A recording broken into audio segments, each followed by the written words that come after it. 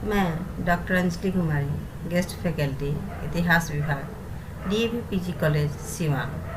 आज की चर्चा का विषय है इंग्लैंड में 1832 ईस्वी का सुधार अधिनियम।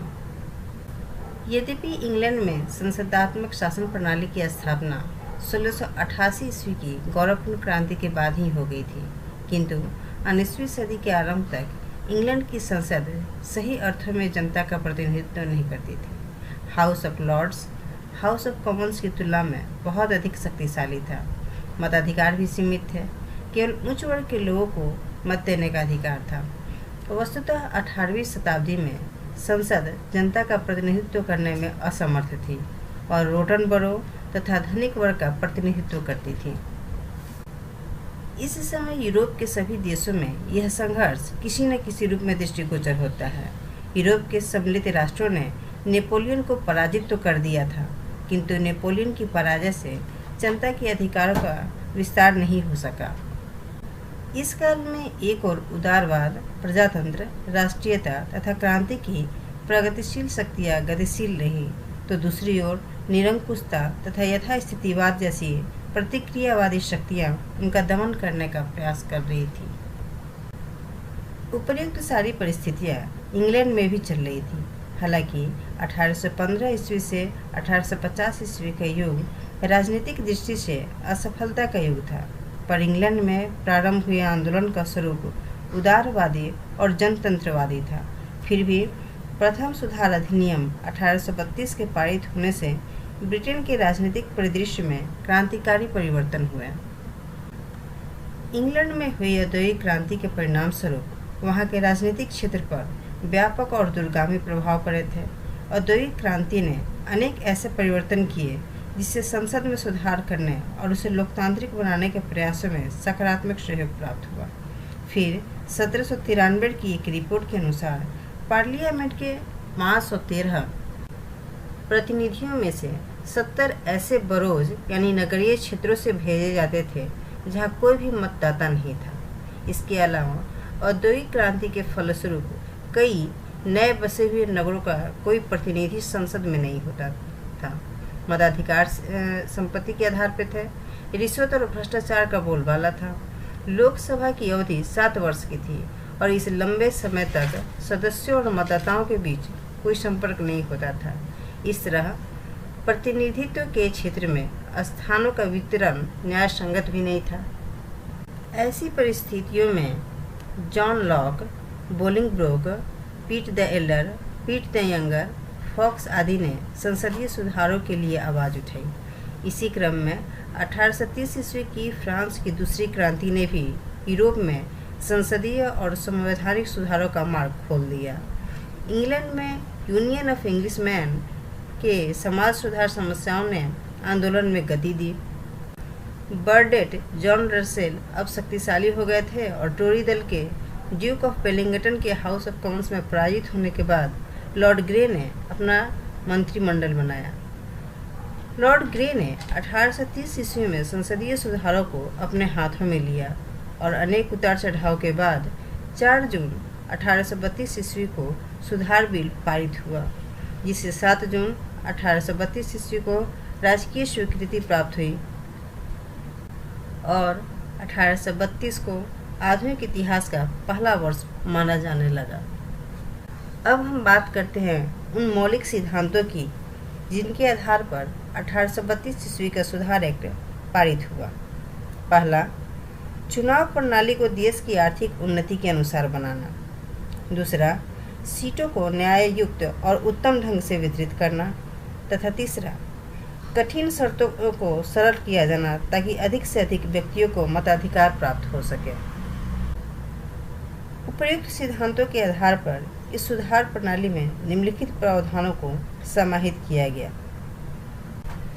पहला, सीटों का पुनर्वितरण। सबसे पहले सीटों का पुनर्वितरण किया गया। इसमें पहला, देश के उन 56 उजरे गांवों का प्रतिनिधित्व समाप्त कर दिया गया जिनकी संख्या 2000 से कम थी और जो 111 सदस्यों को चुनकर संसद में भेजती थी। दूसरा, 31 ऐसे गांव में से एक सदस्य कम कर दिए गए जिनमें प्रत्येक की आबादी 4000 से कम थी। इस परिवर्तन से 65 सीटें काउंटीज यानी तहसीलों को दी गई। लंकाशायर, बर्मिंघम, मैनचेस्टर आदि 22 औद्योगिक नगरों में 44 सीटों का पुनर्वितरण किया गया और प्रत्येक नगर को 2-2 सीटें दी गई। 21 छोटे कस्बों को 1-1 सीट कर दी गई। तीसरा, 8 सीटें स्कॉटलैंड की नगरीय जनता यानी बरोज को और 5 सीटें आयरलैंड की नगरीय जनता यानी बरोज को दी गई। दूसरा परिवर्तन मताधिकार के अधिकार को लेकर किया गया।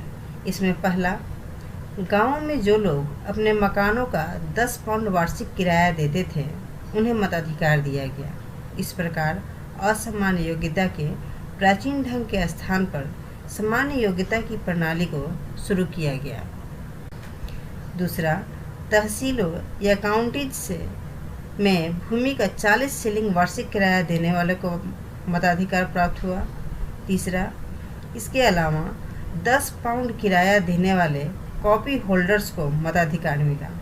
चौथा, 20 वर्ष की अवधि के लिए भूमि का 5 पाउंड सालाना ठेका देने वालों को मताधिकार मिला।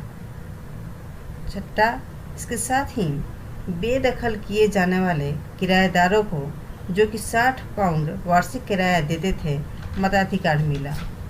सातवां, देहाती या काउंटी क्षेत्रों में 2 पाउंड प्रति वर्ष लगान देने वाले भूस्वामी और पट्टेदारों तथा 50 पाउंड प्रति वर्ष लगान देने वाले सामान्य किसानों को भी मताधिकार प्रदान किया गया। तीसरा, चुनाव प्रणाली में भी सुधार किया गया।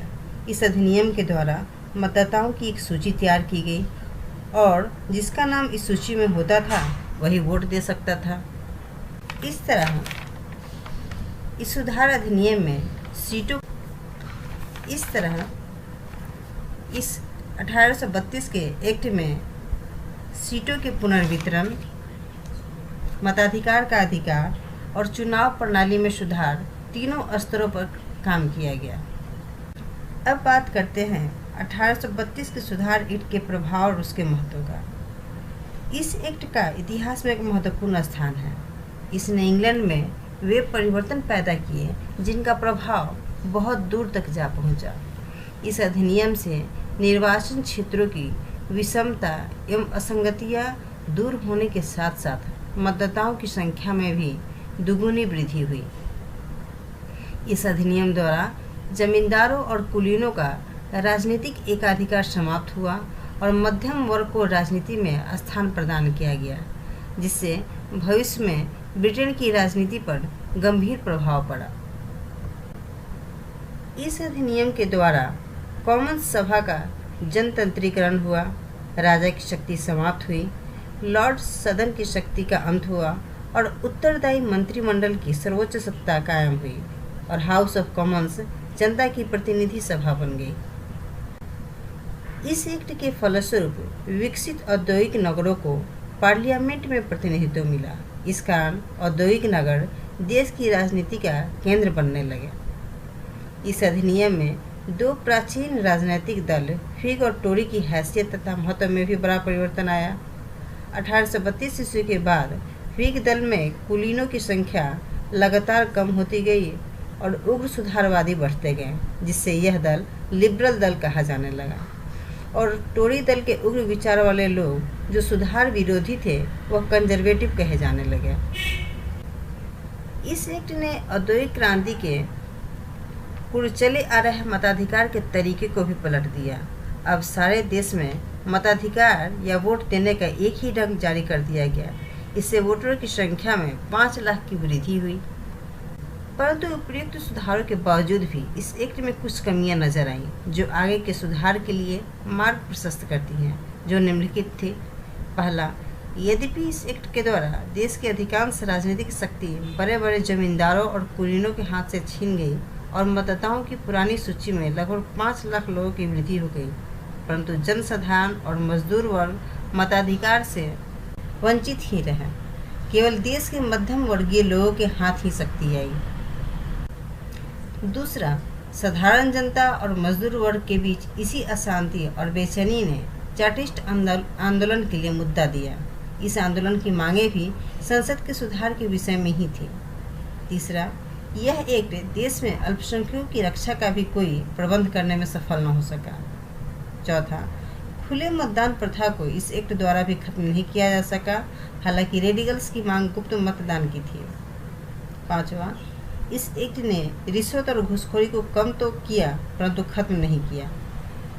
छठा, वर्ग संघर्ष अभी भी जारी रहा और एक्ट इसे खत्म नहीं कर पाया, परंतु उपरोक्त त्रुटियों के बावजूद यह कहा जा सकता है कि 1832 का सुधार एक्ट ब्रिटिश इतिहास में एक क्रांति लाने वाला एक्ट था। यह एक्ट राज्य के प्रथम राजकीय प्रपत्र होने के रूप में कालांतर में इंग्लैंड के प्रजातांत्रिक मार्ग को प्रशस्त किया।